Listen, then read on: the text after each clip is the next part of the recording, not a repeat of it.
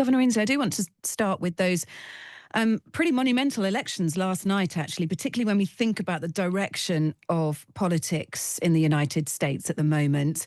I'm curious to know, Donald Trump posted straight after the results on Truth Social, and so it begins. What does he mean by that, do you think? Well, I think he's got it backwards. I have it more like so it ends. It ends sort of his tyranny over the country. He's now got a rebuke in the most stunning election thing, I think, in the last 20, 25 years. This was an enormous rebuke of his policies and perhaps his personality to some degree. But Americans have had it with his failure to deal with inflation. They are particularly upset about his continued giving them higher energy and higher electrical bills. He has not stopped inflation of electrical bills. In New Jersey, they've gone up 22%, in Virginia, 11%. In fact, he's made it worse because he has consciously, willfully, maliciously tried to deny Americans access to the cleanest and cheapest electricity, which is clean, renewable energy. And Americans are sick and tired of that. They know it was a really corrupt scheme by Trump to take $1 billion from the coal industry and then try to choke off their competition, which is the clean energy industries that have been represented 93% of our new energy in the last year. So I would say it's a smashing rebuke and a promising way forward for the nation. Yeah, look, we'll talk about climate matters in just a few moments' time, specifically on COP as well. But to get back to the national picture, I suppose one thing to comment on is that Zohran Mamdani, the New York mayor-elect, as he now is after that win, that resounding win last night, he represents a progressive, well, he calls himself a democratic socialist, doesn't he? And whether you like it or not, his campaign exposed a generational and ideological split in the Democrat base. How cautious does the party need to be about that? I am not concerned about that, and I'll tell you why. Each one of these races is both unique in their own way and common in their own way. They're common and they all represent a referendum on Donald Trump. In almost all of these races, they represented a referendum on his dirty energy policies and giving us higher electrical rates. Almost all of these races, no matter where they were. But in the things that are unique, these candidates do have uniqueness. Look, there is a unique basis of the Virginia governor, the new governor, who has had a tremendous clean energy emphasis. Mamdani focused on housing prices. Both of those are very powerful messages. So I am not concerned. I am really emboldened and inspired by Americans standing up last night to say we have no kings and we need cheaper electricity. And I know there's only one way to do that, and that's vote for Democrats, including next November. Yeah, look, it wasn't just about electricity, of course. All three, if we talk about both now Democrat governors in New York and Virginia, both women, and also Mamdani as well, everyone fought on affordability. They went right back to basics, which is the correct thing to do when Donald Trump is slinging so much at the wall. Some of it you could argue is working, some of it, a lot of it isn't, I'm sure you would argue. So they all campaigned on affordability.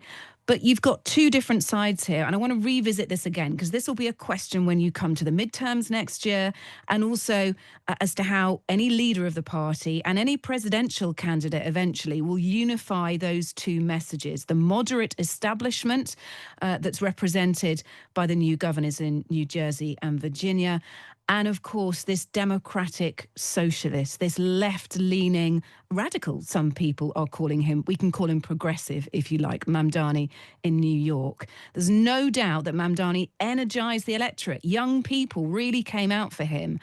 How do you marry both those messages together? Because that is politically tricky. I actually don't believe it's tricky. I've won, I don't know, 12 or 13 races in my time. There's always differences to some degree in some of my constituents, but I would point less to New York, which is getting all the attention, and more to Georgia. Let me tell you why. In Georgia, they've always had Republican control of their Public Utility Commission that sets rates and determines what kind of energy they're going to have in Georgia. In a stunning upset last night, two Democrats, unseated Republican incumbents, on this message exclusively about having affordable clean energy that will simultaneously fight against climate change. That didn't have anything to do with Mondami or a split or ideology. It had to do with a practical sense of let's find the cheapest, most affordable, most accessible energy and get it to people instead of following Donald Trump, who wanted to just have this corrupt scheme with the fossil fuel industry. So I really believe the unifying message last night, although each of these candidates is somewhat different, the unifying message was a rejection of the corruption that's coming out of the White House on energy and to some degree some other issues. That's the thing that's going to unify us. I'm not concerned about that. I've been through the mill for about 30 years in politics. I think we're going to have a unified team come next year. Look, we in this country are facing questions. Voters are questioning things like net zero, the cost of it specifically, green levies applied to energy bills, and whether we are in too much of a rush to get to net zero, and actually whether that is affecting affordability. And I know Americans feel like this too. The number one issue for Americans is the cost of living, affordability.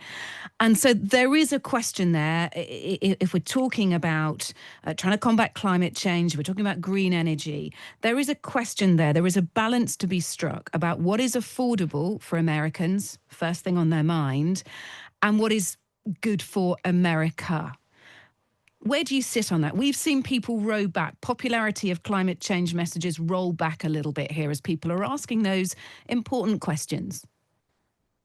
Well, let's just ask a very simple question that has a very direct and inarguable answer. What is the cheapest source of electricity right now in the United States? And I'll tell you unequivocally, in 95% of the places, it is clean, renewable energy. It is solar, it is wind, it is advanced batteries, it is efficiency.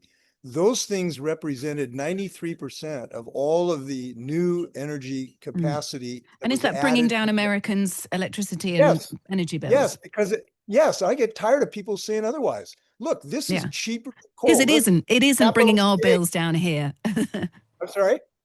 It isn't bringing our bills down here. We now operate on large amounts of renewable energy, but our prices are set by gas, which means that our energy bills basically have not gone down Well, enough. the transition to cleaner energy, we have found in the United States can actually lessen electrical costs. That's one of the reasons that his position has been rejected. But let me point to another thing. Across the United States, we have found that people understand that climate change is costing them money as well. When your house burns down, it costs you money. When your house is flooded, it costs you money. When a hurricane devastates your town, it costs you money. When your children die in a flood like they did in Texas, it's a terrible tragedy. And that is a cost they don't want to incur. So in my state, for instance, we had a vote on our climate laws. It's called the Climate Commitment Act. It's the cap and invest bill. The fossil fuel industry tried to repeal it. They said, oh, this costs too much. When Washingtonians voted on it, they voted to keep the bill by 62 to 38 margins. And this just isn't a coastal phenomenon. The mayor of Athens, Ohio, yesterday talked about a small surcharge they put on utility bills to get people solar panels on their houses. It passed by 72%. This is popular with the people because they understand the importance of avoiding the tragedies that climate change is foisting upon us. Okay, what is your message? You are the founder of the US Climate Alliance. That was formed after Donald Trump pulled out of the Paris Agreement. What is your message at this COP conference? My message to the world is the states are moving. We are the United States of America. Our states in the US Climate Alliance, we have 24 states that represent 60% of the population in the United States. Each one of those states is moving forward on the fight against climate change. And each one of those states is growing their economy with clean energy. And each one of those states are choosing sources of energy that are less expensive than coal. So to Europe, to the rest of the world, we're still in it. We're moving forward. Let's get going and let's get over this speed bump that is Donald Trump and get back into business. Yeah, okay. So despite the thoughts of the President of the United States, democratically elected, of course, you want to put the message out there that as far as you're concerned, the US electorate still cares heavily for the climate. And it is absolutely imperative that these measures towards ending climate change, towards making us net zero, all of those measures continue. Last night was a referendum on clean energy. And Americans across the United States in big and little races voted for clean energy. And I believe they're going to next year in the congressional races. So be of good cheer. Yeah. Look, Donald Trump's pulling money out of climate change initiatives. And as you say, he, drill, baby, drill. He's a fan of fossil fuels. How do you work with that? How do you work with less investment in this area? Well, we do. Listen, this has been it slowed down the federal investment, and he's been particularly cruel. And he's a terrible, malicious bully because he's taken it mostly out of blue Democratic states, which is his tendencies. But my point is, it has not stopped our action. So in my state, 85% of the work we need to do on clean energy, we can do using our state laws. So we look at him as a big annoyance. He is retarding the pace, but our states can move forward, and we are invigorous. Now, to some degree, he's an inspiration because he inspires us to pedal faster with our own state action, which we are doing. And I got to tell you, nobody's backing up. Here's an interesting fact that has not been reported. There has not been one single state, not one county, not one city that has gone backward in their own individual decisions to embrace clean electrical sources of energy. That's very encouraging. So I look forward to hopefully to capture the U.S. House of Representatives next year. But in the interim, we're moving forward in our states. Look, one final one. I note that Donald Trump had threatened to pull federal funding from New York City in an act of vengeance should Mamdani win. That will affect initiatives connected to net zero, connected to climate change measures. Do you think he'll do that? Do you think he'll pull funding? You know, the guy is about 96% deceit, pomposity, narcissism, and sociopathic tendencies. So it's hard to really predict. I would be surprised. We have swatted him down on most of the lawsuits. My former counsel is now Attorney General of the United States. He wakes up every morning and sues Trump, and by and large, we're winning these cases against him. But he has to answer to the American people. And if he was listening to the American people last night to these election results, he'd understand he needs to change his course dramatically, or he's going to take another thumping next November. He took a big one last night. If he doesn't change course, I believe he'll take another big one next November. And he Yeah, deserves the to get. midterms, of course. And let's just look ahead a step further.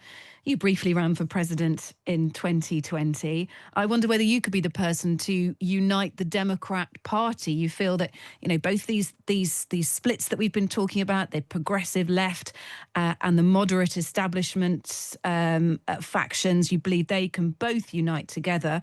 Would you give it another go? We have a very deep bench. I know a lot of these candidates. I think we've got a whole bunch of talent, and I would not recommend that you bet on me running for president. That would be a really bad bet. Well, look, it's been a real pleasure speaking to you. Thank you so Thank much, you. Jay Inslee, Be Governor well. Inslee. Really good to speak Cheerio. to you. Thank you.